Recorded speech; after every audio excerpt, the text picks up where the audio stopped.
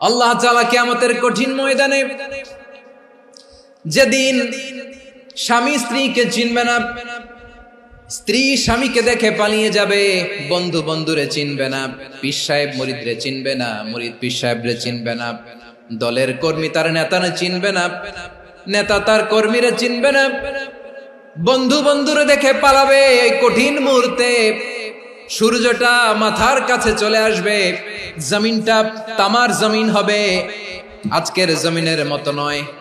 মানুষ ঘর্মাক্ত, ক্লান্ত, শ্রান্ত মাথার মগজগুলো কানের ছিদ্র আর নাকের ছিদ্র দিয়ে বেয়ে বেয়ে পড়বে। বিশ্বনবী ফরমান, কিয়ামতের ওই কঠিন ময়দানে 7 শ্রেণীর ব্যক্তিকে রব্বুল আলামিন তার আরশের নিচে ছায়া দিবেন। তার মধ্যে প্রথম শ্রেণীর ব্যক্তি হলো ইমামুন আদিল, যে ইনসাফের সাথে বিচার করে, যে জাস্টিস সমাজে সার্ভ করে, যে সুশাসন নিশ্চিত করে, ওই ইমামুন আদিল। আদিল শব্দটা বুঝছেন না? ইন্নাল্লাহা ইয়া'মুরু বিল আদল, পাইছেন? আদিল। 7 শ্রেণীর ব্যক্তিকে আল্লাহ তাআলা সুশীতল আরশের নিচে ছায়া দিবেন, যেদিন তার দেয়া ছায়া ছাড়া কোনো ছায়া থাকবে না। এর প্রথম হচ্ছে ইমামুন আদিল, ন্যায়পরায়ণ শাসক। চিল্লায় বলেন সুবহানাল্লাহ।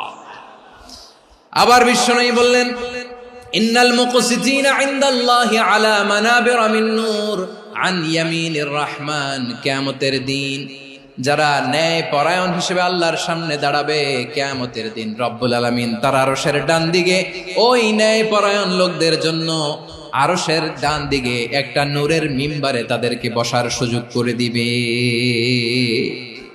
আল্লাহর আরশের ডান দিকে ন্যায় পরায়ণ লোকদের জন্য আল্লাহ তাআলা নূরের মিম্বার বানাবে। 4টে কেন কথা মনে করেছেন? আল আদাল, জাস্টিস। ইন্নাল্লাহা ইয়া'মুরু বিল আদল। আল্লাহ তাআলা এই আদালতের নির্দেশনা দেন, সুবিচার, সুশাসন। প্রিয় ভাইয়েরা, এটা আমরা বাংলাদেশে চাই কি চাই না? এই যে অরাজকতা, এই যে অন্যায়, এই যে জুলুম, এই যে ইনকনসিস্টেন্সি সমাজের অসঙ্গতির প্রধান কারণ জাস্টিস নাই, সুবিচার নাই, সুশাসন নাই। শেষবারের মতো আওয়াজ করে বলেন তো, আমরা বাংলাদেশে আদল চাই কি চাই না? তাহলে প্রথম নির্দেশনা শেষ। আল্লাহ তাআলা তোমাদেরকে আদলের আদেশ দেন। এরপরে আল্লাহ বললেন, আমি তোমাদেরকে ইহসানের আদেশ দেই।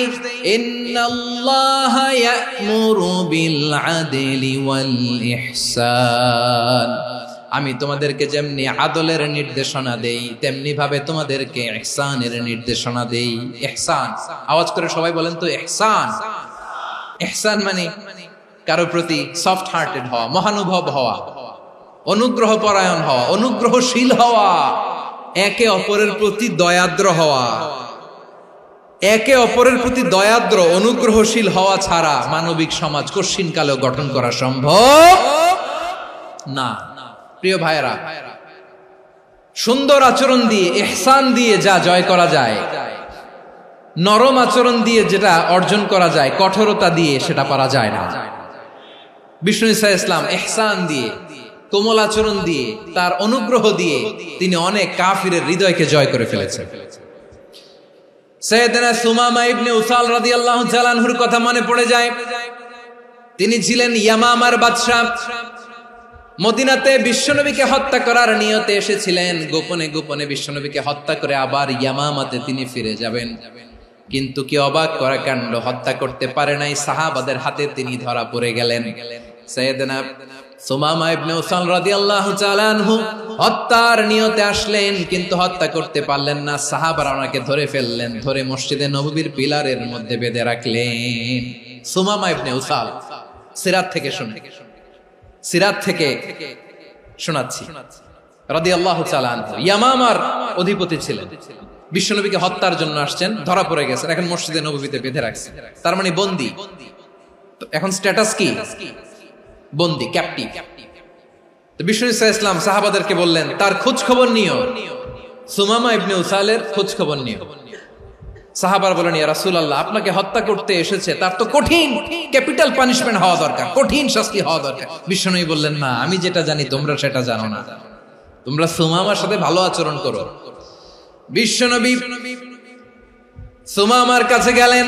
প্রথম দিন যে তিনি কালেমার দাওয়াত দিলেন, ইমানের দাওয়াত দিলেন, ইসলামের দাওয়াত দিলেন, রিসালাতের দাওয়াত দিলেন, আখিরাতের দাওয়াত দিলেন। পরের দিন যে বিশ্বনবী সালাতের দাওয়াত দিলেন, যাকাতের দাওয়াত দিলেন, ইসলাম কি, কিভাবে, কেমন করে পালন করতে হয় চমৎকার আর্টিকুলেট করতে শুরু করলেন। তন্ময় হয়ে সুমামা ইবনে উসাল রাদিয়াল্লাহু তাআলা আনহু বিশ্বনবীর কথাগুলো শুনতে আরম্ভ করলো। একদিন নয়, 2 দিন নয়, টানা 3 দিন বিশ্বনবী সুমামার কাছে ইসলামকে প্রেজেন্ট করেছেন, উপস্থাপন করেছেন। আওয়াজ করে বলেন, কয় দিন? 3 দিন। 3 দিন মসজিদে নববীতে বাধা।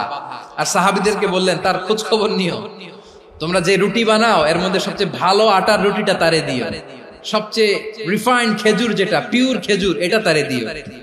আর বিশ্বনবী নিজের উট থেকে দুধ দহন করে ওনার বাড়ির এক কর্মচারীকে বলেছেন, দুধ দহন করে সুমামার জন্য নিয়ে যেও। সুবহানাল্লাহ পড়বেন না? সবাই তো অবাক, ইয়ামামা থেকে আসছে নবীকে হত্যা করতে, বিশ্বনবী দেখে তারে জামাই আদর করে। একদিন নয়, 2 দিন নয়, টানা 3 দিন বিশ্বনবী এভাবে সুমামার কাছে যেয়ে ইসলামকে প্রেজেন্ট করতে আরম্ভ করলেন, ইসলামকে উপস্থাপন করতে শুরু করলেন।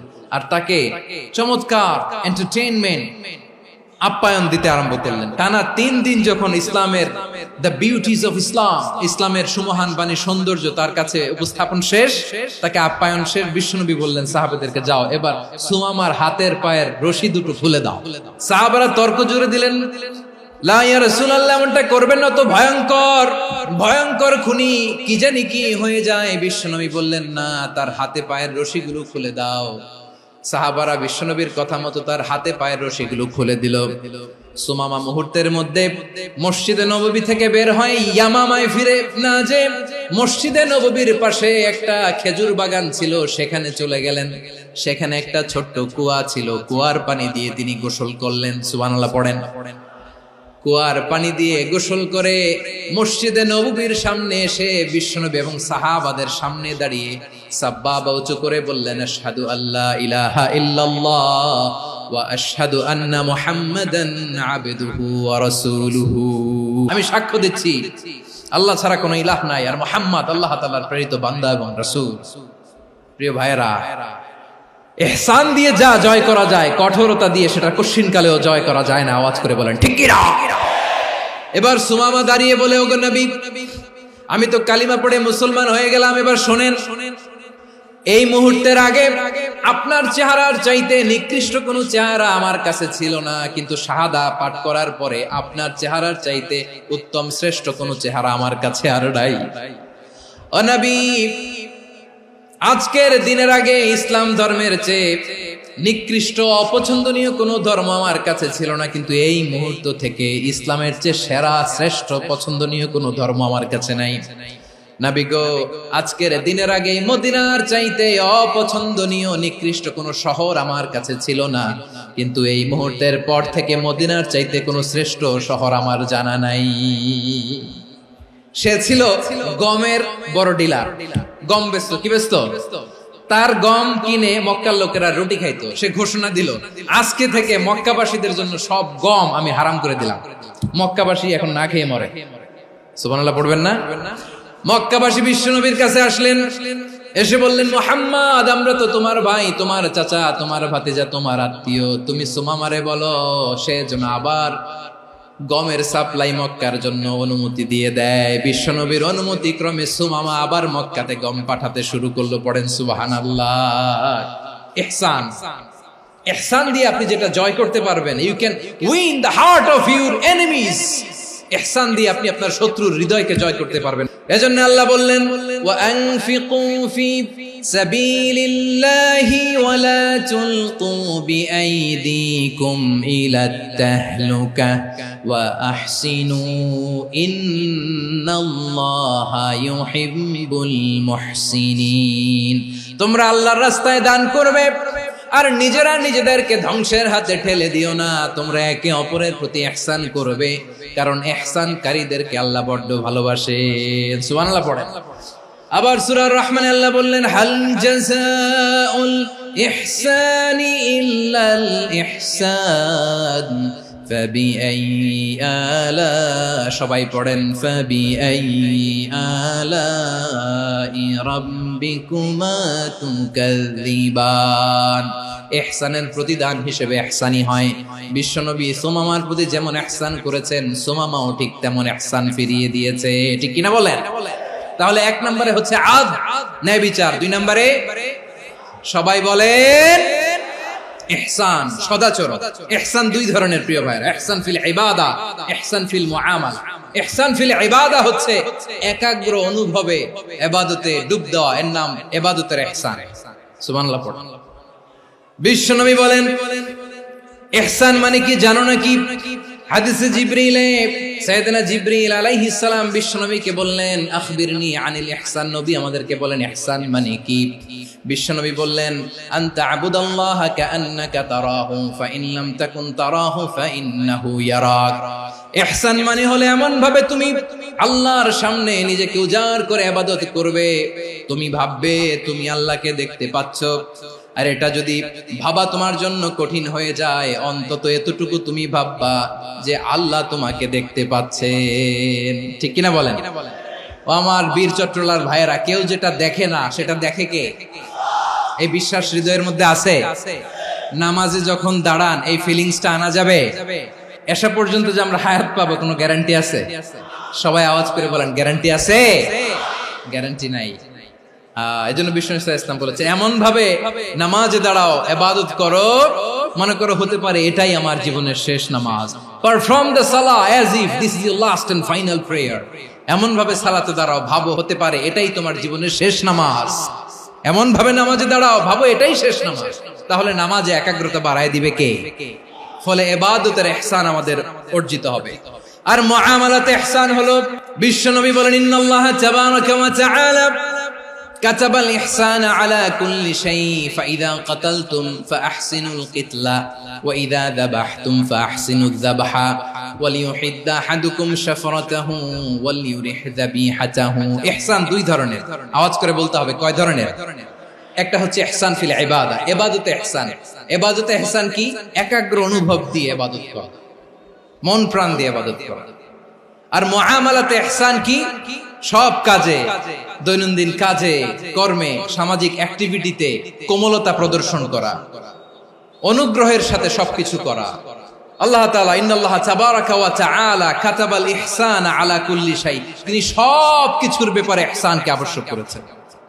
সবকিছু, মুমিনের সব কাজে ইহসানের পরশ থাকবে। ওয়া ইযা কাতালতুম ফাহসিনুল কিতলা, বিষ্ণুই বলেন তুমি যখন কাউকে হত্যা করো ইহসানের সাথে করো।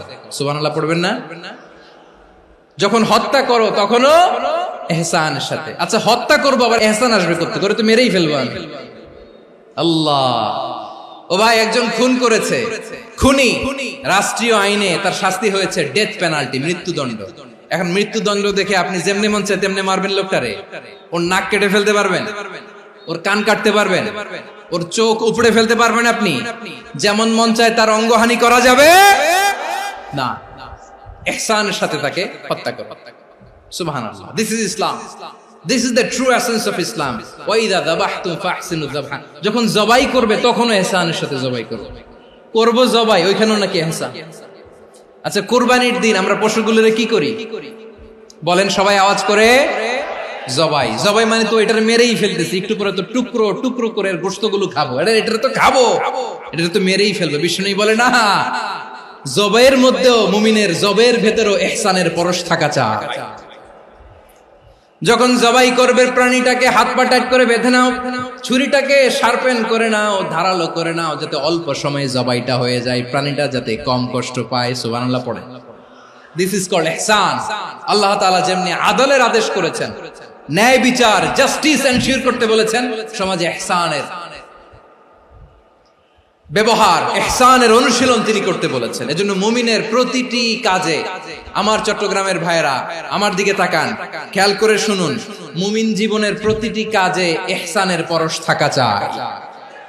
আমরা যেন আমাদের পরিবারের প্রতি ইহসান করি, আমরা যেন আমাদের কর্মচারীদের প্রতি ইহসান করি, আমরা যেন আমাদের কলিগদের প্রতি ইহসান করি, আমরা যেন আমাদের ভাইদের প্রতি ইহসান করি। মুমিন জীবনের প্রতি কাজে ইহসানের পরশ থাকার দরকার আছে না নাই? কথা বুঝতে পেরেছেন? তাহলে আল্লাহ তাআলার তিনটা আদেশ ছিল, কয়টা গেল? প্রথমে কি ছিল? আদল। দুই নম্বরে তিন নম্বরে রব্বুল আলামিন বললেন ওয়া ইতাইদিল কুরবা, নিকট আত্মীয়দেরকে দান করো। নিকট আত্মীয়দেরকে দাও, যারা তোমাদের ব্লাড কানেকশনের আত্মীয় তাদেরকে তোমরা দাও। এখানে জেনারেলি বললেন দাও, কি দিব সেটা তিনি এখানে বলেন নাই, সেটা তিনি সূরাতুল ইসরার মধ্যে বলেছেন। আল্লাহ বলেন ওয়া আতিযাল কুরবা হাক্কাহ, নিকট আত্মীয়দেরকে তাদের অধিকার, তাদের প্রাপ্য তোমরা বুঝিয়ে দাও। দেখেন, একটা শান্তির সমাজ, একটা সমৃদ্ধ সমাজ, একটা মানবিক সমাজ গঠনের জন্য আল্লাহ তাআলা বেশি না, মাত্র তিনটা অর্ডার, তিনটা ভার্ডিক্ট তিনি জারি করেছেন। এক নাম্বার সুশাসন, ন্যায় বিচার। দুই নাম্বার ইহসান। তিন নাম্বার নিকটাত্মীয়, যারা কাছের, তোমার ভেরি ক্লোজ রিলেশনশিপে আছে, তাদেরকে দাও। দাও, দিলে বাড়িয়ে দেয় কে? অনেকে দিতে চায় না, কৃপণতা করে। দিলে বাড়ায় দেয় কে? ও মিয়া, মদিনার মধ্যে সবচাইতে গরিব সাহাবী ছিল বেলাল রাদিয়াল্লাহু তাআলা আনহু। ওনার এন্টায়ার অ্যাসেট, সম্পদের পরিমাণ কতদূর জানেন? একটা লুঙ্গি। বেলাল রাদিয়াল্লাহু তাআলা আনহু, ওনার টোটাল ওয়েলথের এস্টিমেশন হচ্ছে মাত্র একটা লুঙ্গি। একটা লুঙ্গি, টোটাল ওয়েলথ এস্টিমেশন, টোটাল সম্পদের পরিমাণ বেলাল রাদিয়াল্লাহু তাআলা আনহুর কি ছিল? ওই বেলাল রাদিয়াল্লাহু তাআলা আনহুকে বিষ্ণু ইসলাম বলেছেন আনফিক ইয়া বেলাল, ও বেলাল তুমিও দাও। ওয়ালা তাখশা মিন যিল আরশি ইখলালা, আরশের অধিপতির তো কোনো ঘাটতি নাই, তুমি দিলে ওই আল্লাহ তোমারে বাড়ায় দিবে। এজন্য আমার প্রিয় ভাইয়েরা, দিলে কমে না, দিলে বাড়ে। অনেকে ধরে রাখে, নতুন কিছু নিতে পারে না, হাত দিয়ে যেটা ধরে রেখেছেন এটা দিয়ে দেন, বড় একটা ধরার সুযোগ পাবেন। জোরে বলেন ঠিক কিনা? রব্বুল আলামিন বললেন তিন নাম্বার আদেশ হলো তোমাদের প্রতি, সমাজটারে কেমন করে মানবিক সমাজ, সুন্দর সমাজ গড়বা। তিন নাম্বার আদেশ হলো ওয়া আতিদাল কুরবা হাক্কা, নিকট আত্মীয়দেরকে তাদের প্রাপ্য বুঝিয়ে দাও। এই নিকট আত্মীয়দেরকে তাদের অধিকার বুঝিয়ে দেওয়া, প্রাপ্য বুঝিয়ে দেওয়াতে আমাদের গাফলতি আছে না নাই? অনেকে দেখবেন অনেক আল্লাহওয়ালা, তাহাজ্জুদ গুজার, সেজদা দিতে দিতে কপালে কালো দাগ ফেলে দিছে, সে তার বোনের হকটা আদায় করে নাই, আছে না নাই? অনেক বড় হাজী সাহেব, বিশাল লম্বা দাড়ি, ছেলেরে সব দিয়ে দিছে, মেয়েরে কিছু দেয় নাই, মেয়ের হক আদায় করে নাই, আছে না নাই? এই হাজী সাহেবেরা, এই আল্লাহওয়ালারা কিয়ামতের ময়দানে আটকে যাবে। আপনি অন্যের অধিকার নষ্ট করেছেন, তাদের রাইটস কে ভায়োলেট করেছেন। এজন্য আল্লাহ তাআলা বলেন, কারো অধিকার যদি কেউ নষ্ট করে, ওই সমাজটা মানবিক সমাজ কঠিনকালেও হতে পারে না। এজন্য তিন নম্বর আল্লাহ বললেন ওয়া ইতাইদিল কুরবা, নিকট আত্মীয়দেরকে দাও। কি দিবা? তাদের অধিকার দিয়ে দাও। বোনের অধিকার বুঝিয়ে দাও, মেয়ের অধিকার বুঝিয়ে দাও, ফুফুর অধিকার বুঝিয়ে দাও। দেখবেন অনেক মায়েরা ছেলের পাতে মুরগির রান দেয়, মেয়ের পাতে দেয় মুরগির ঠ্যাং। তো মেয়ের কি মুরগির রান খেতে মনে চায় না? মনে চায় না? এমনটা করা যাবে না। নিকটাত্মীয়দেরকে অধিকার দিয়ে দাও, নিকটাত্মীয়ের সাথে সুসম্পর্ক রাখো। আদেশটা কার? এজন্য প্রিয় ভাইয়েরা, জীবনে যদি বারাকা অর্জন করতে চান, নিকটাত্মীয়দের সাথে সুসম্পর্ক রাখতে হবে, তাদের জন্য উপহার পাঠাতে হবে। বিশ্বনবী বলেন লা ইয়াদখুলুল জান্নাতা কাতে, যে ব্যক্তি আত্মীয়তার সম্পর্ককে ছিন্ন করে দেয়, সে কঠিন কালেও আল্লাহর জান্নাতে ঢুকবে না। আপনি কি এটারে সহজ হাদিস মনে করছেন? এটা সহজ কথা? আপনি ভাবছেন আপনার নামাজ আপনারে বাঁচাতে পারবে, আপনার রোজা বাঁচাতে পারবে, আপনার তাহাজ্জুদ আপনারে বাঁচাতে পারবে? অধিকার নষ্ট করলে কিছুই আপনারে বাঁচাতে পারবে না। এজন্য নিকট আত্মীয়দেরকে দিতে হবে বেশি বেশি। বিশ্বনবী বলেন ইন্না সাদাকাতা আলাল মিসকিনি সাদাকা ওয়া আলা যির রাহিমি ইসনাতান সাদাকাতুন ওয়া সিলা। মিসকিন রে দান করলে শুধু দানের সওয়াব হয়, নিকট আত্মীয়কে দান করলে দুইটার সওয়াব হয়, সাদাকার সওয়াব হয়, আবার আত্মীয়তার বন্ধন অটুট রাখার সওয়াব হয়ে যায়। আবার বিশ্বনবী বললেন মান সাররাহু আইয়ুবসাতা লাহু ফি রিজকিহি ওয়া ইনসালাহু ফি আসারিহি ফালইয়াসিল রাহিমা। যে ব্যক্তি তার রিজিকের প্রশস্ততা চায় আর হায়াতে বরকত চায়, সে যেন তার আত্মীয়ের সাথে সুসম্পর্ক রাখে। আমার প্রিয় চট্টলার ভাইয়েরা, আমাদের রিজিক বাড়ুক, এটা আমরা চাই কি চাই না? সবাই চান? হ্যাঁ, আমাদের রিজিকে প্রশস্ততা আসুক, চাই কি চাই না? আমাদের হায়াতে বরকত আসুক, আমরা চাই কি চাই না? এই দুইটা যদি চান তাহলে নিকটাত্মীয়দের সাথে সুসম্পর্ক রাখবেন। পারবেন? তাহলে সমাজটারে মানবিক সমাজ বানায় দিবে কে? তিনটা আদেশ চলে গেল। 1 নম্বরে কি ছিল? 2 নম্বরে, 3 নম্বরে নিকটাত্মীয়দেরকে দান। আল্লাহ তাআলা তিনটা জিনিসের যেমনি আদেশ করেছেন, অনুরূপ ভাবে তিনটা বিষয় তিনি বারণ করেছেন, নিষেধ করেছেন। ওগুলোর কাছেও যাওয়া যাবে। রাব্বুল আলামিন বলেন, ওয়ায়ানহা আনিল ফাহশাই ওয়াল মুনকারি ওয়াল বাগি। আমি যেমনি তিনটি বিষয়ে আদেশ করলাম, অনুরূপ ভাবে তিনটি বিষয়ে বারণ করলাম, নিষেধ করলাম। আমার 1 নাম্বার নিষেধাজ্ঞা হলো অশ্লীলতার প্রতি।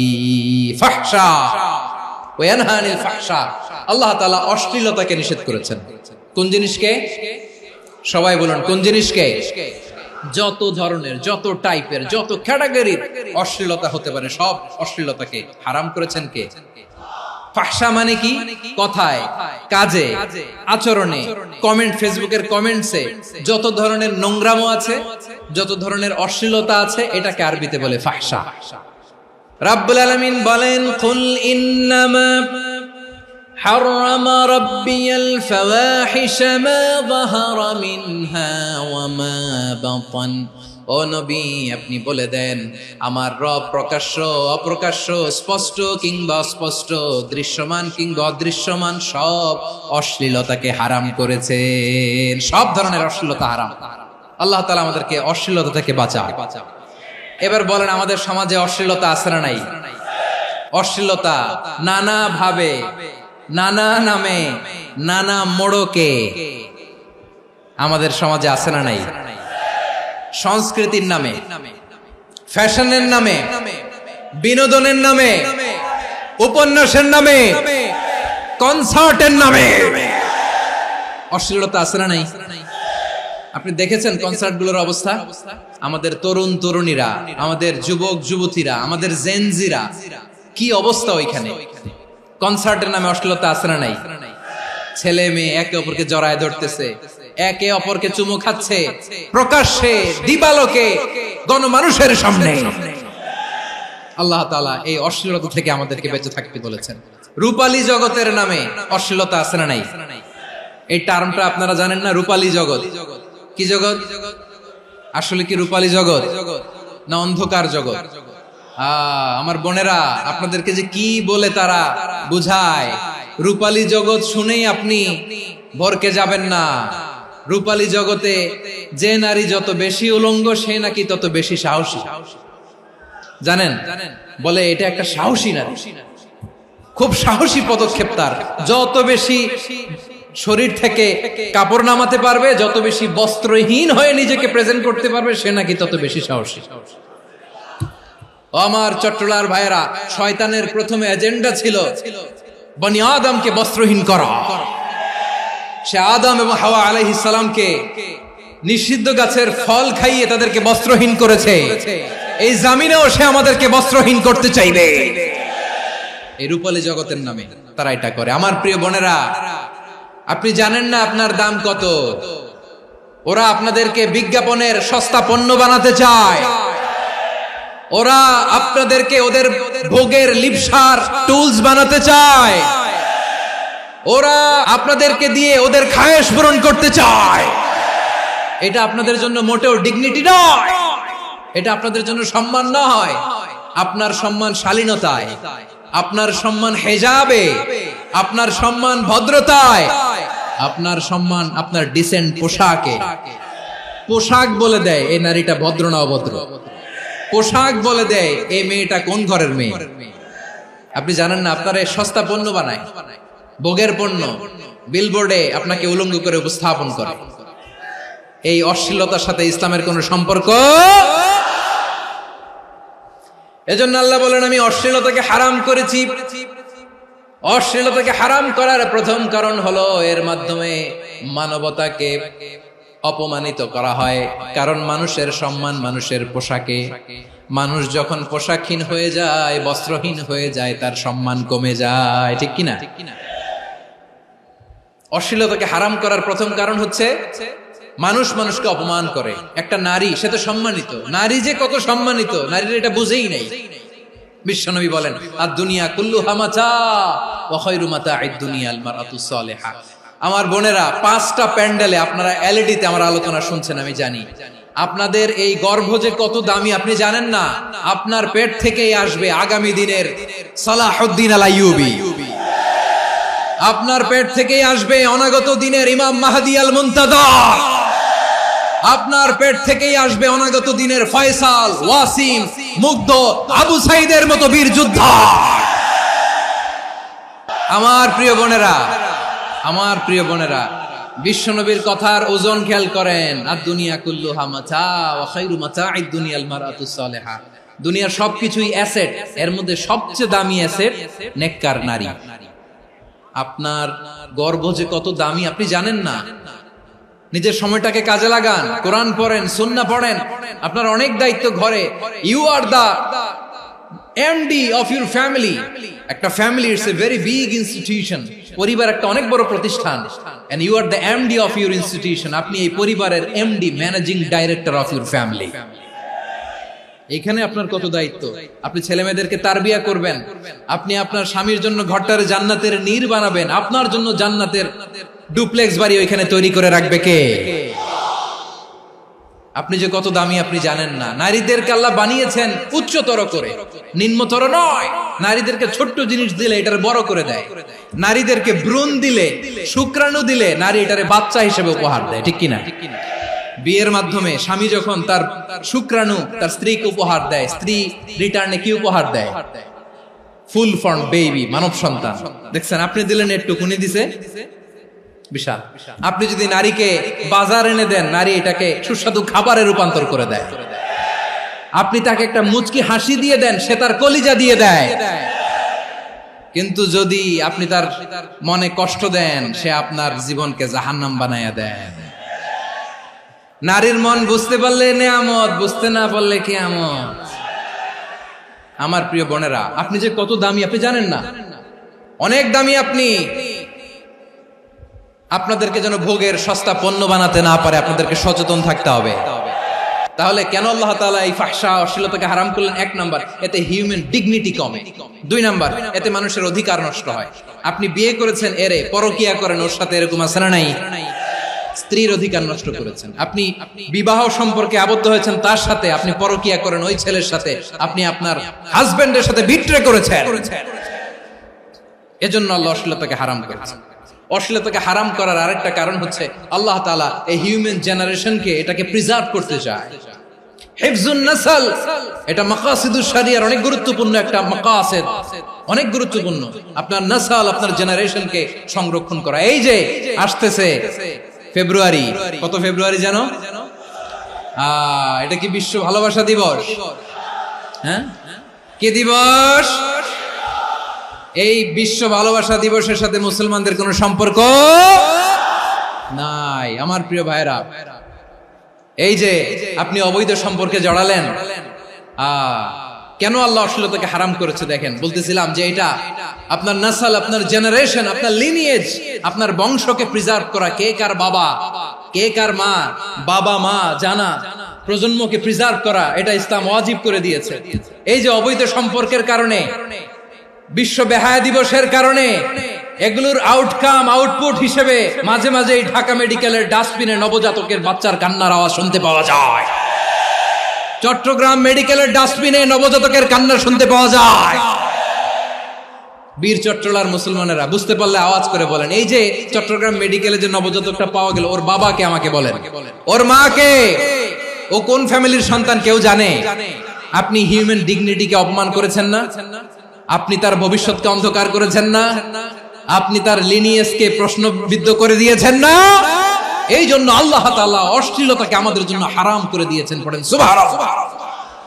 এই জন্য রাব্বুল আলামিন বলেন, কুল ইন্নামা হারাম রাব্বিয়াল ফাওয়াহিশা মা যাহারা মিনহা ওয়া মা বাতান।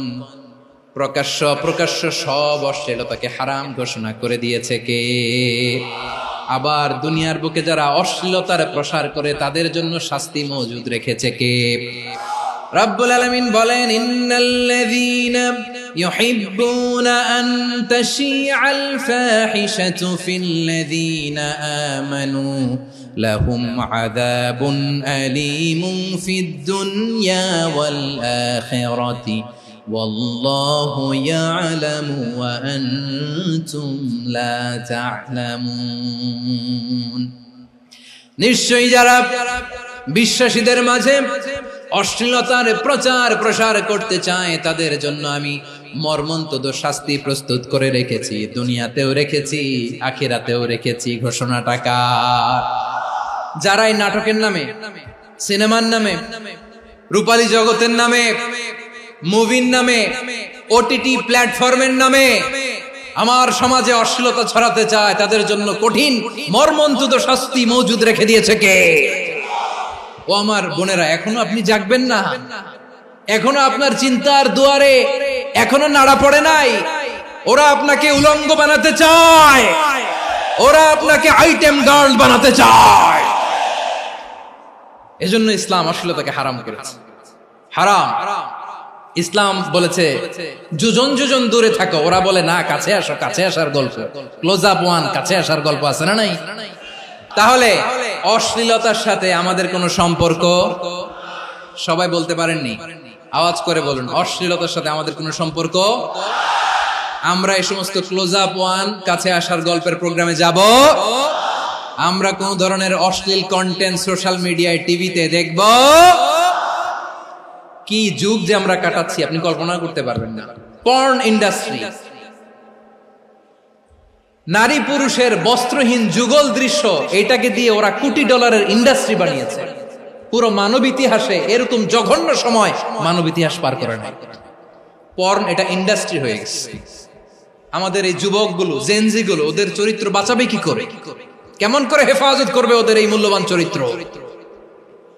আমার প্রিয় ভাইরা, এই অশ্লীলতার দ্য লেটেস্ট ভার্সন হচ্ছে LGBTQ, শরীফ থেকে শরীফা। শুনছেন আপনারা? দেখতে পুরুষ, আসলেই পুরুষ, সুস্থ একজন পুরুষ, 4 সন্তানের বাবা, বলে আমি মনে মনে নারী। দেখতে নারী, সুস্থ নারী, আসলেই সে দিব্যি একজন নারী, বলে আমি মনে মনে পুরুষ। সবচেয়ে ভয়ঙ্কর অশ্লীলতার সবচাইতে লেটেস্ট ভার্সন হচ্ছে এই ট্রান্সজেন্ডারিজম। সুস্থ পুরুষ তার বায়োলজিক্যাল গ্রোথকে হরমোন দিয়ে স্টপ করে দিয়ে সে সার্জারি করে নারী হতে চায়, সুস্থ নারী পুরুষ হতে চায়। পুরুষ পুরুষের প্রতি সেক্সুয়ালি আকর্ষণ বোধ করে, এটা লূত আলাইহিস সালামের কওমের মধ্যে ছিল। এটাকে আল্লাহ কোরআনে ফাহিশা বলেছেন। ওয়ালুতান ইয قال لقومه أتأتون الفاحشة ما سبقكم بها من أحد من العالمين। লূত আলাইহিস সালাম বললেন, তোমরা কি এমন এক অশ্লীল কার্যক্রমে ডুব দিলে নাকি যেটা গোটা বিশ্বের কেউ কখনো করে নাই, তোমরাই প্রথম করেছো? পড়েন নাউযুবিল্লাহ। এই পশ্চিমের এই রোগ আমার দেশে যেন আসতে না পারে, আমাদের সজাগ থাকতে হবে। প্রিয় ভাইরা, চিল্লায় বলেন ঠিক কি না? পশ্চিমের অবস্থা ভয়ঙ্কর। পাশ্চাত্যে, আমি যুক্তরাষ্ট্রে ছিলাম অনেকদিন, কয়েক মাস, বিভিন্ন স্টেটে ঘুরেছি। গার্ডিয়ানরা উদ্বিগ্ন, ছেলে মেয়েদেরকে, ছোট্ট ছেলে মেয়ে, ওদেরকে জিজ্ঞেস করে, তুমি how do you feel right now inside yourself? তুমি ভিতরে ভিতরে কেমন ফিল করো? তোমার কি ছেলে ছেলে লাগে না মেয়ে মেয়ে লাগে? আচ্ছা বলেন, এই ছোট্ট বাচ্চাটা ওকে এগুলো জেন্ডার অ্যাসাইনমেন্ট বলতে এগুলো কিছু বুঝে? এইভাবে মিসগাইড করা হচ্ছে। কৌতূহল বশত ছোট্ট ছেলে যদি বলে আমার তো মেয়ে মেয়ে লাগে, তখন বলে যে না তুমি মেয়ে, ছেলে না। মা বাবা বাধা দিলে ওকে আলাদা গভর্নমেন্ট হাউসে নিয়ে যায়। ভয়ঙ্করতম অবস্থা। আমরা একটা সময় শুনতাম যে হুজুর আমার ছেলেটা খুব ভালো, হাফেজে কোরআন, আল্লাহওয়ালা। হুজুর আমার ছেলে দাড়ি রাখছে, আল্লাহওয়ালা। হুজুর আমার ছেলে 5 ওয়াক্ত সালাত জামাতের সাথে পড়ে, তার মানে আল্লাহওয়ালা। পশ্চিমে যে আমি কি শুনছি জানেন? ওরা বলে হুজুর আমার ছেলেটা ইউনিভার্সিটির একটা মেয়ের সাথে প্রেম করে, ও খুব আল্লাহওয়ালা, হুজুর দোয়া করবেন। এর কারণ ওদের কাছে আল্লাহওয়ালার ক্রাইটেরিয়া হচ্ছে হুজুর আমার ছেলেটা আরেক ছেলের পছন্দ করে নাই, আমার মেয়েটা আরেক মেয়েকে ভালোবাসে নাই, এজন্য আমার ছেলেটা আল্লাহওয়ালা, হুজুর ওর জন্য একটু দোয়া করে দিয়েন। কি চ্যালেঞ্জ ওরা ফেস করতেছে।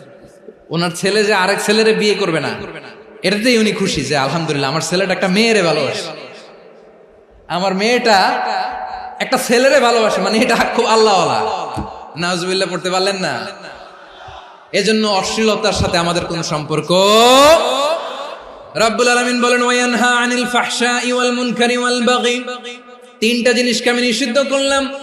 এক নাম্বার হলো ফাহশা, অশ্লীলতা। দুই নম্বরে হলো মুনকার, সমস্ত মন্দ কাজ। মুনকার মানে হচ্ছে যত মন্দ কাজ, খারাপ কাজ, বাজে কাজ, এটার বলে মুনকার। এটার কি বলে? আপনারা পড়ছেন না, তা'মুরুনা বিল মা'রুফি ওয়া তানহাউনা আনিল মুনকার। সৎ কাজের আদেশ, অসৎ কাজের নিষেধ। মুনকার, মুনকার হচ্ছে মানুষের স্বাভাবিক বিবেকবোধ যেটাকে খারাপ বলে, ওইটাই মুনকার। পৃথিবীর সব আসমানি গ্রন্থ যেটাকে খারাপ বলেছে, মানুষের স্বাভাবিক বিবেকবোধ যেটাকে খারাপ বলেছে, এগুলো সব মুনকার। যেমন ইফতিজিং, এটা কি ভালো না খারাপ? মজুদদারি, খাদ্যে ভেজাল দেওয়া, ওজনে কম দেওয়া, মাছে ফরমালিন মিশানো, চাঁদাবাজি, টেন্ডারবাজি, দখলবাজি, এগুলো আমাদের স্বাভাবিক বিবেকেই বলে এগুলো খারাপ, এগুলো হচ্ছে মুনকার। আল্লাহ তাআলা এই মুনকার থেকে আমাদেরকে বেঁচে থাকতে বলেন, আর শয়তান এই মুনকারের প্রতি আমাদেরকে উদ্বুদ্ধ করে। আল্লাহ তাআলা বললেন, ইয়া আইয়ুহাল্লাযীনা আমানু লা তাত্তাবিউ খুতুওয়াতিশ শাইতান ওয়া মান ইয়াত্তাবি' খুতুওয়াতিশ শাইতানি ফাইন্নাহু ইয়া'মুরু বিল ফাহশাই ওয়াল মুনকার। আল্লাহ বললেন, আমার গোলামেরা শোনো শোনো, ও আমার বিশ্বাসী বান্দারা খবরদার, তোমরা কশিনকালেও শয়তানের পদাঙ্ক অনুসরণ করবে না, কারণ শয়তান তোমাদেরকে অশ্লীলতা এবং মন্দ কাজের দিকে উদ্বুদ্ধ করে।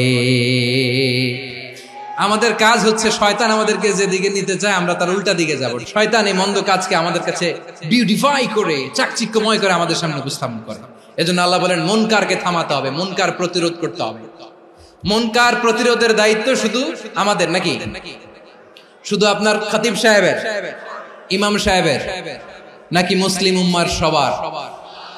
আওয়াজ করে বলুন, মুনকার অসৎ কাজ প্রতিরোধের দায়িত্ব কার? রাব্বুল আলামিন বলেন, কুনতুম খায়রা উম্মাতিন উখরিজাত লিন-নাসি তা'মুরুনা বিল মা'রুফি ওয়া তানহাউনা আনিল মুনকার। তোমাদেরকে শ্রেষ্ঠ জাতি করে জমিনের মধ্যে আবির্ভূত করা হয়েছে, যাতে করে তোমরা জমিনের ভেতরে সৎ কাজের আদেশ করতে পারো আর অসৎ কাজের নিষেধ করতে পারো। উম্মাহ, কুনতুম খায়রা, তাহলে গোটা উম্মার দায়িত্ব, এটা বুঝতে পারছেন তো? আচ্ছা, আরো নিচে আসেন। এরপরে আল্লাহ বললেন, শুধু উম্মাহ না, এই জমিনের রাজত্ব আমি যাদের হাতে দেই, এই জমিনের মালিক আমি যাদেরকে বানিয়ে দেই, যাদেরকে আমি সরকারের দায়িত্ব দেই, তাদেরকেও মুনকার প্রতিরোধের দায়িত্ব দিয়েছে কে? আল্লাহ বলেন, যারা ক্ষমতার মসনদে বসেছে তাদেরকে 4 দফা কর্মসূচি আমি আল্লাহ দিলাম। আওয়াজ করে বলেন, কয় দফা? আল্লাহ বলেন, আল্লাযীনা ইম্মাক্কান্নাহুম ফিল আরদি আকামুস সালাতা ওয়া আতাউয যাকাতা ওয়া আমারু বিল মা'রুফি ওয়া নাহাউ আনিল মুনকার ওয়ালিল্লাহি আকিবাতুল উমুর। যারা এই জমিনের উত্তরাধিকার হয়েছে তারা 4 দফা কর্মসূচি নিয়ে সামনে আগাবা। সালাত কায়েম করবা, যাকাত আদায় করবা, সৎ কাজের আদেশ দিবা, অসৎ কাজ থেকে মুনকার প্রতিরোধ করবা। আদেশটা কার? আমার প্রিয় চট্টলার ভাইরা, পুরো উম্মার দায়িত্ব মুনকার প্রতিরোধ করা, সরকার প্রধানের দায়িত্ব মুনকার প্রতিরোধ করা। এরপর আল্লাহ বলেন, প্রতিটা ফ্যামিলির যিনি প্রধান, সিইও, বাবা, প্রত্যেক বাবারও দায়িত্ব এই মুনকার প্রতিরোধ করা। আওয়াজ করে বলেন ঠিক কি না? যেমনটি সাইয়েদনা লোকমান আলাইহিস সালাম ওনার কলিজার টুকরা সন্তানকে আদেশ করেছেন, ইয়া বুনাইয়া আকিমিস সালাতা ওয়া'মুর বিল মা'রুফি ওয়ানহা আনিল মুনকার। পড়েন সুবহানাল্লাহ। বাবা ছেলেকে সবক দিচ্ছে, লোকমান আলাইহিস সালাম ছেলেকে বলতেছে, ওরে আমার কলিজার টুকরা সন্তান, ওরে আমার বাছা, নামাজ কায়েম করবা, সৎ কাজের আদেশ দিবা, আর মুনকার প্রতিরোধ করবা, অসৎ কাজ সমাজ থেকে খারাপ কাজকে ঝেঁটে বিদায় করে দিবা। তাহলে দেখেন আমি স্টেপ বাই স্টেপ নামলাম। পুরা উম্মার দায়িত্ব, জমিনের উত্তরাধিকারী আল্লাহ যাদেরকে বানিয়েছেন সরকার, তাদের দায়িত্ব, প্রতিটি ফ্যামিলির প্রধানের দায়িত্ব, এরপরে বিশ্বনবী বলেন সচেতন প্রতিটি মুসলিমের দায়িত্ব সমাজ থেকে মুনকারকে উৎখাত করা। বিশ্বনবী বলেছেন মান রাআ মিনকুম মুনকারান ফালিয়ুগাইয়িরহু বিয়াদিহি ফাইন লাম ইয়াসতাতি ফাবিলিসানিহি ওয়া ইন লাম ইয়াসতাতি ফাবিকলবিহি ওয়া যালিকা আযআফুল ঈমান। সমাজে যে মুনকার দেখবে, খারাপ কাজ দেখবে, সে যেন হাত দিয়ে সেটাকে থামায়। আমার প্রিয় ভাইরা, না থামালে আমরাই ডুববো শেষমেশ। আমাদের বাঁচার জন্য হইলেও থামাইতে হবে। রব্বুল আলামিন বলেন ওয়াত্তাকু ফিতনাতাল লা তুসিবান্নাল্লাযীনা যালামু মিনকুম খাসসা। ও আমার গোলামেরা, ওই আযাবকে ভয় করো যে আযাব যখন আমি জমিনের বুকে পাঠাই শুধু জালেমদেরকেই মারি না, আলেমদেরকেও মারি। আযাব যখন আসে তখন শুধু জালিমই মরে না, আলেমও মরে। জানেন মুসা আলাইহিস সালামের পায়ে একবার লাল পিঁপড়া, তো উনি রেগে মেগে পাশি দেখে লাল পিঁপড়ার বাসা, পা দিয়ে ডলে মুছে সবগুলো পিঁপড়া মেরে ফেলছে। এই ঘটনাটা আল্লাহ ঘটিয়েছেন। এজন্য মুসা আলাইহিস সালাম ছিলেন কালিমুল্লাহ, সরাসরি আল্লাহর সাথে কথা বলতেন। তিনি আল্লাহকে জিজ্ঞেস করেছিলেন, আল্লাহ তুমি যখন কোন জনপদে আযাব পাঠাও, শাস্তি দাও, ওখানকার শুধু জালেমরাই তো মরে না, ভালো মানুষগুলাও মরে, তো আযাব দিবা মুশরিকদের উপর দিবা, অবাধ্যদের উপর দিবা, ভালো মানুষগুলোরে মারো কেন? আল্লাহ বললেন, মুসা তোমার যে কামড় দিছিল পায়ের মধ্যে পিঁপড়া, কয়টা পিঁপড়া? একটা পিঁপড়া, তো সবগুলারে মারলা কেন? রেগে মেগে পুরো পিঁপড়ার বাসা ভেঙে মেসাকার করলা কেন? আমি যখন অ্যাকশনে যাই, আমি যখন শাস্তি দেই, তখন এত বাস বিচার করা হয় না, বাস বিচার করা যায় না। যখন অ্যাকশনে যাওয়া হয় ওইটা ডাইরেক্ট অ্যাকশন হয়ে যায়। চিল্লায় বলো ঠিক কি না? এজন্য আমাদের বাঁচার জন্য হলেও এই পাপ থামাতে হবে, এই শয়তানের অট্টহাসি থামাতে হবে, অন্যায় অপরাধ সমাজ থেকে আমাদের থামাতে হবে। কারণ আযাব আসলে ওরাও মরবে, আমরাও মরব। একটা জাহাজ 2 তলা, আপনি আছেন 2য় তলায়। নিচের তলার কিছু লোক জাহাজের তলা ছিদ্র করতে আরম্ভ করছে। কি ছিদ্র করতেছে? আচ্ছা, জাহাজের তলা ছিদ্র করলে তলা দিয়ে কি ঢুকে? এখন আপনি যদি বলেন আমার কি, আমি তো 2 তলায়, আমি তো ভালো আছি, ওরা ছিদ্র করে ওরা মরবে। আসলে কি শুধু ওরা মরবে? তলা দিয়ে যখন পানি ঢুকবে, জাহাজ ঢুকলে আপনিও মরবেন। এজন্য নিজে মরার আগে ওই পাগলগুলোর নিচতলায় যে থামাতে হবে। চিল্লায় বলেন ঠিক কি না? এজন্য আল্লাহ বললেন মুনকার প্রতিরোধের দায়িত্ব সমাজের টপ টু বটম সবার। এজন্য মুনকার প্রতিরোধ করার দরকার আছে না নাই? সমাজে এই যে ইফটিজিং হয়, আপনার বোনের বয়সী একটা মেয়েকে কিছু বকাটে টিটকারি করে, এই বলে সেই বলে, নোংরা কথা বলে, রাস্তায় দেখেও আপনি পাশ দিয়ে না দেখার মতো চলে যান কেন? আপনি দাঁড়ান না কেন? আপনি দাঁড়ালেই তো থেমে যাবে, কারণ সত্যের যে শক্তি তার সামনে মিথ্যা মুখ থুবড়ে পড়ে। আপনার সামনে ও কিছুই না, নাথিং। আপনি দাঁড়ান, ওকে প্রশ্ন করেন যে আমার বোনকে তুমি ডিস্টার্ব করো কেন? আপনাকে দেখে আরো 5 জন দাঁড়াবে, 5 জনকে দেখে আরো 10 জন দাঁড়াবে। আমাদের নীরবতা আর আমাদের নিশ্চুপ থাকাই জালিমদেরকে আরো শক্তিশালী জালিম বানিয়েছে। এজন্য মুনকার প্রতিরোধের দায়িত্ব আমাদের সবার। টেন্ডারবাজি, চাঁদাবাজি, দুর্নীতি, অপরাধ, দখলদারিত্ব, মজুদদারি, এগুলো সবকিছু একসাথে প্রতিরোধ করতে হবে। ঠিক কিনা বলেন? একটা মানবিক সমাজ যদি চাই, প্রতিরোধ করতে হবে। প্রিয় ভাইয়েরা, আল্লাহর শপথ নিয়ে বলি, এই নাসিহাত গুলো সবার জন্য, সব দলের জন্য, সব মতের মানুষের জন্য। আমরা কোনো দলের প্রতি মানুষকে ডাকি না, আমরা ডাকি ইসলামের দিকে। সব দলের, সব মতের, সব মানুষদেরকে আমরা আহ্বান জানাই, আসুন আমরা একটা সুন্দর সমাজ বিনির্মাণ করি। এই যে নতুন বাংলাদেশের এক সুযোগ এসেছে, আর জীবনে হয়তো আসবে না, সামনের 100 বছর এই সময় আসবে না। আসুন দেশটাকে আমরা সাজাই, আসুন আমরা দুর্নীতি বন্ধ করি, আসুন আমরা চাঁদাবাজি বন্ধ করি, আসুন আমরা দখলদারিত্ব বন্ধ করি, আসুন আমরা এক দল আরেক দলকে নিশ্চিহ্ন করার যে রাজনীতি, এটা বন্ধ করি। সব দলের প্রতি আমার আহ্বান, আমরা চাঁদাবাজ মুক্ত বাংলাদেশ চাই, জুলুম মুক্ত বাংলাদেশ চাই, ফ্যাসিজম মুক্ত বাংলাদেশ চাই, গুণ খুন খারাপি মুক্ত বাংলাদেশ চাই, আমরা নতুন ভোরের বাংলাদেশ চাই। ওই বাংলাদেশ পাওয়ার জন্য মুনকার প্রতিরোধে, অন্যায় প্রতিরোধে যদি বাঘের বাচ্চার মতো, আবু সাইদের মতো দুই হাত উঁচু করে বুককে টান টান করে প্রসারিত করে দাঁড়াতে হয়, রাজি আছো মুসলমান? রাব্বুল আলামিন বলেন ওয়ায়ানহা আনিল ফাহশাই ওয়াল মুনকারি ওয়াল বাগি ইয়াইদুকুম লাআল্লাকুম তাযাক্কারুন। আল্লাহ বললেন আমি অশ্লীলতাকে নিষেধ করি, আমি সব ধরনের মন্দ কাজকে নিষিদ্ধ করি, সব শেষে আমি সীমা লঙ্ঘনকে তোমাদের জন্য নিষিদ্ধ করি। নিষিদ্ধ করেছেন কয়টা জিনিস? 1 নম্বরে অশ্লীলতা, 2 নম্বরে মুনকার তথা সব মন্দ কাজ, 3 নম্বরে আল বাগি সীমা লঙ্ঘন, ক্রসিং দ্য লিমিট। সীমা লঙ্ঘন করা ভালো না। We all should know our limits. চিল্লায় বলেন ঠিক কিনা? একই আয়াতে আল্লাহ বললেন কুল ইন্নামা হারামা রাব্বিয়াল ফাওয়াহিশা মা যাহারা মিনহা ওয়া মা বাতানা ওয়াল ইসমা ওয়াল বাগিয়া বিগাইরিল হক। অন্যায় ভাবে যে অবাধ্য হয়, যে সীমা লঙ্ঘন করে, তাদেরকেও আমি এটা হারাম করে দিলাম। সীমা লঙ্ঘন করা হারাম। আল্লাহ বারবার বারবার আমাদেরকে ওয়ার্নিং দেয়। যখন আমরা থামি না তখন আল্লাহ ধরে, আর যখন ধরে তখন ছাড়ে না। ধরে ধরে ধরে না, ধরলে আল্লাহ। ফেরাউনকে কিন্তু হুট করে ধরে নাই, আপনারা জানেন 9 বার ওয়ার্নিং দিয়েছে। ফেরাউনকে আল্লাহ তাআলা ওয়ার্নিং দিয়েছিল কয়বার? রাব্বুল আলামিন বলেন ওয়ালাকাদ আতাইনা মূসা 9 আয়াতিন বাইয়িনাত। 9টা মুআজিজা দেখিয়েছি। 1 2 3 বারবার এইভাবে রিমাইন্ডার, ওইভাবে রিমাইন্ডার, এইভাবে নসিহত, ওইভাবে দাওয়া। ফাকুলা লাহু কাওলান লাইয়িনা, নরম করে বলো, সফট করে বলো, যত ওয়ে হতে পারে দাওয়া মেথডোলজি। মুসা আলাইহিস সালামের সব অ্যাপ্লাই শেষ। 10ম বারে যে আল্লাহ ধরছে, 10ম বারে যে ধরেছে। এজন্য আল্লাহ বলেন আমি সীমা লঙ্ঘনকে পছন্দ করি না।